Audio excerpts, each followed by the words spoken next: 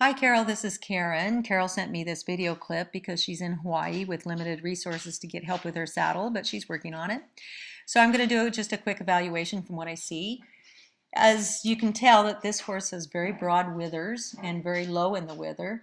And if you look at, when I say the top part of the panel, you see where the pommel is, and then you see the open space, and then you see where the panel starts to touch the horse. This doesn't appear that he has enough room there. It looks like the saddle is sitting on the trapezius muscle. And then if you look at the angle of the tree further down, it's much too wide. So I would call this saddle too narrow at the top and too wide of an angle. So you would want to widen the top part of the saddle over the withers, but then narrow the angle so it gets a bell shape around the withers. Now we're looking at the saddle from the side. Statically, the balance looks pretty good. You want the lowest part of the saddle to be in the center of the saddle. It looks like that. I would like to see the dynamic fit to see how the saddle influences the rider though. Sometimes the twist of the saddle can be too wide, will set the rider further back in the saddle, and there's a lot of variables there. I can't tell about the length of the saddle on the horse with this video, but you would never want the saddle to go past that last floating rib. The thoracic vertebrae ends there, and then you start with the lumbar region, and you would not ever want that saddle to sit that far back. So now we're looking at the gullet width of this saddle. It looks like it may be okay.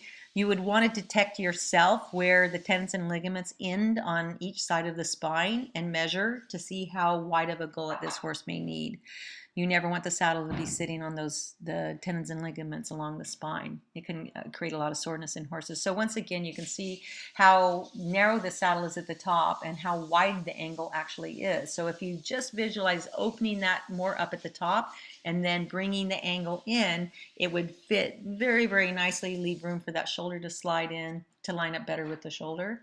So that would be my recommendation for this saddle. Now, once again, you can go to my website, arttoridesaddlery.com, and there is saddle fit tips on the site that will help you determine this yourself. They're very explanatory, and that would help you a lot if you haven't done that already.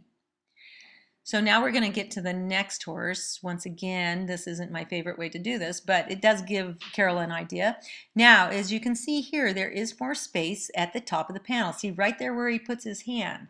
This is where you want to easily be able to slide your hand through there because that's where the shoulder goes through. So most saddles that I see that are not fitting properly, there's not enough room right there. And so the saddle hits the trapezius muscle first. You want the saddle to be supported down lower on the longissimus muscle. So you should slide your hand through there and feel space at the top and then feel where the support is lower down. Like I will show you as soon as he starts to slide his hand down through here. Right there. See where this hand was? That's where you would like to feel it get more support.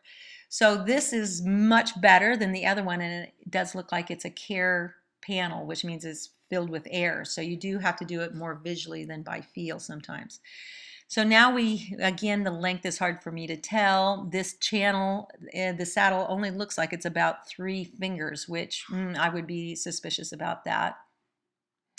Now, the other comment I needed to make about the other saddle, this one reminded me, is to check on that first saddle and make sure that there's no bridging. Now, this angle doesn't look quite as good. It looks like it pinches a little bit more at the top. Horses can have 2 different angles of their shoulders, so you need to make sure to check both sides. Now we see the rider in the second saddle, and the first thing I notice is how small the saddle is for the rider. Do you see how close his knee is to the front of the flap there? And also how far he sits up on the cantle of the saddle. This is telling me that, especially rising trot and even sitting, is that his balance would not be in the center of the saddle. It's way too far backwards on this horse, and they're really working on getting these horses to start to push and lift up through their backs. And if your saddle is balanced like this, it makes it so much harder for the horse because he's having to push your weight up off the back. So what I would like to see is a larger seat size for this gentleman. So he sits more in the center of the saddle and not so much on the back part of the saddle. But then this horse does not look like he's very long back. So I would like to see a shorter panel or a saddle with a wedge relief in the back. That means that the panel doesn't extend so far back. So you can have a bigger seat, but have a shorter panel. It's very, very important. Now, once again, this saddle still, especially from this angle, too narrow at the top, too wide at the bottom also. That doesn't mean that they weren't like that when they first bought them. So horses change, and so we need to keep changing the saddle to adjust their new shape. They'll change because of they're young and they're simply growing, or they will change later in life when they're more mature because of the work you do or the work you don't do. But it's really, really important that your saddle fit is correct, because we're really asking these horses to use themselves better and a more engagement through the back. So we have to make sure that the saddle isn't hampering their ability to do that. So Carol, I hope that helped. Sorry that I can't be there to help you, but maybe we can work something out.